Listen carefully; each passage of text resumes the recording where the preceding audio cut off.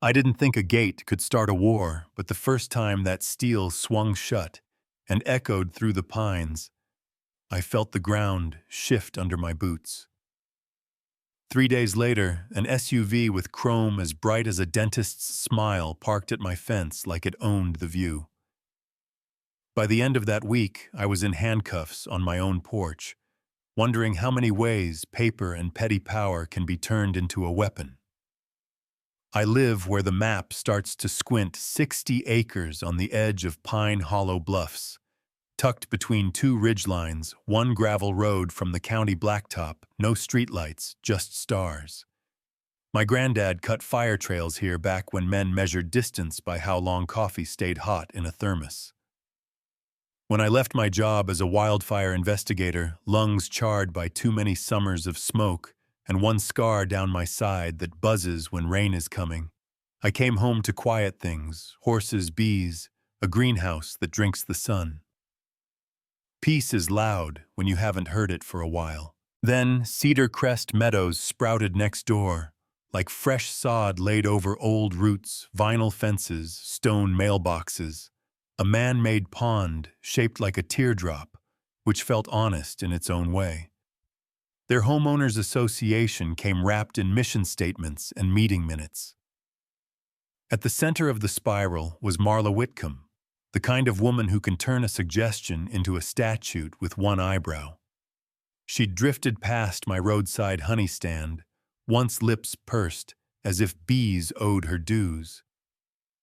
The trouble started when strangers began shortcutting across my property, saying the gravel looked public. I trenched the trench, poured the footings, ran conduit in the clay, with my own hands, and hung a 1,200-pound gate that groaned like a church door. I welded the sign myself because truth should be heavy. Private road, no trespassing 24/7. 7 video. I even stenciled a little smiley face at the bottom, because I'm not a monster. Morning number 3 after the install. I watched from the porch as a pearl-white SUV stopped just shy of the fence. A blonde bob hopped out, sunglasses big enough to see its own reflection. Marla planted herself at the keypad, like it had insulted her mother. Jabbed at her phone, paced. Jabbed again, then drove off with a look that said nothing was over. It wasn't. A week later, 9 on the dot, because tyrants love punctuality, 4 figures slid through the trees and around the gate like teenagers dodging a movie usher, matching polos, clipboards that polite March people use when they think the law is a mirror.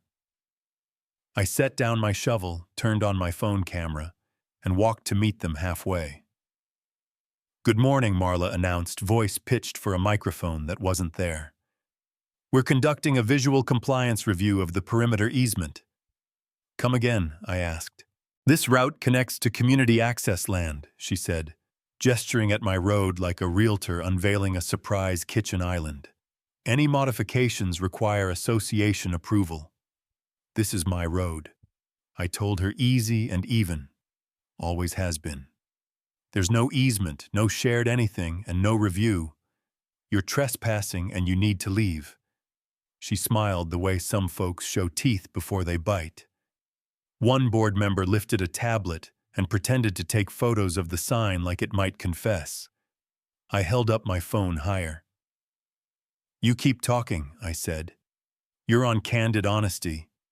"If you're recording me without consent," she snapped, "I'll pursue charges." "You stepped over a sign that says you're being recorded," I said, pointing to the grin I'd painted on the steel. "Consider yourself informed." They left in single file, a flock of geese in golf shoes. My drone lazy sentinel I'd sent up that morning to check soil moisture caught their little parade in 4K from above. I labeled the files, duplicated them to the cloud, and thought that was the end of it. That's how stubbornness sneaks in on the downhill side of a good decision. Sunrise a week later, I opened the door wearing flannel pants and a t-shirt that said "Smoke Jumper, Not Mind Reader." 3 deputies stood there like a cautionary diagram. The tall one, square jaw, square posture, Square Soul unfolded a paper. "Reed Lawson," he said. "That's me," I answered. "You boys lose a dog, you're under arrest for criminal threats and assault with a deadly weapon." I laughed because there are moments your brain does something to stop your heart from breaking. "You've got the wrong guy." "Statement filed by a Ms. Whitcomb," he said. "Says you brandished a firearm and threatened 4 HOA officials last Friday." There it was, the lie crisp as a starched shirt.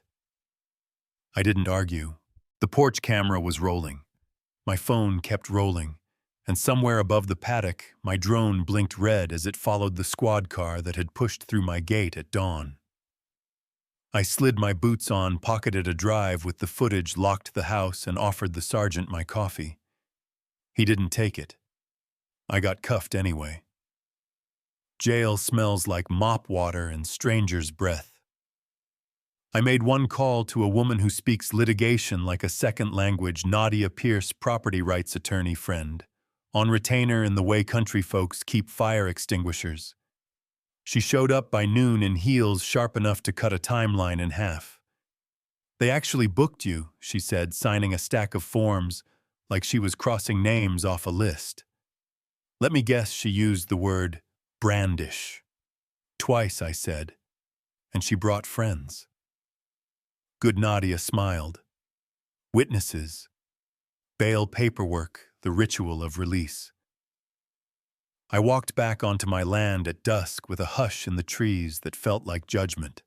That night, the neighborhood listserv churned out a safety update from the HOA. No names.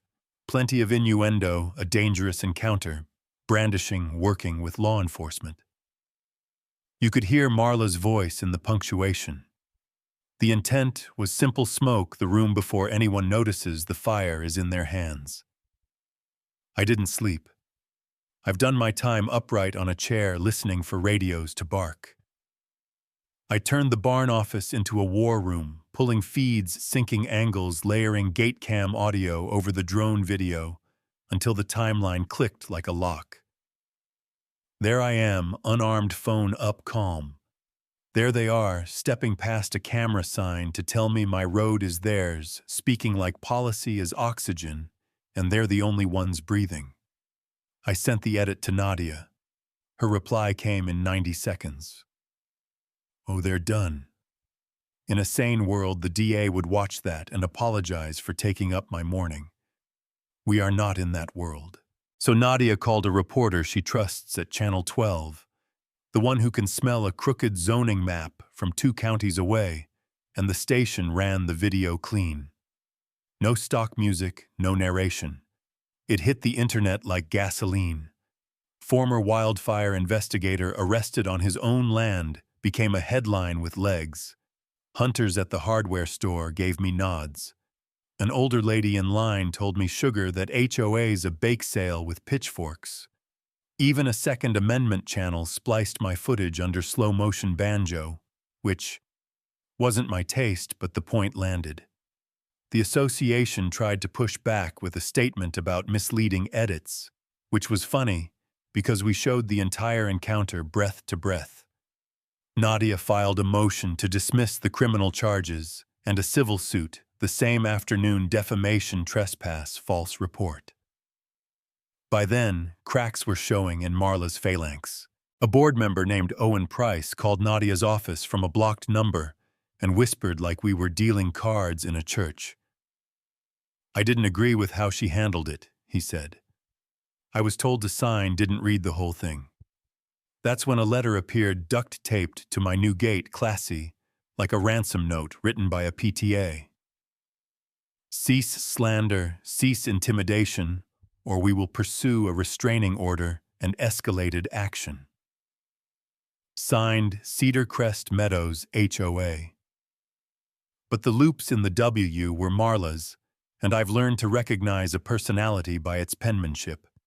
I scanned it, tacked it on the office wall next to the arrest paperwork, a little museum of pretend authority. And then a teenager blew the doors off. A kid sent Nadia a folder of emails he found in his dad's HOA account. Apparently, the old man kept his password on a sticky note, and the boy has a moral compass. In the chain, Marla wrote, "Once he's arrested, he'll be forced to comply or sell. We can't let a rogue owner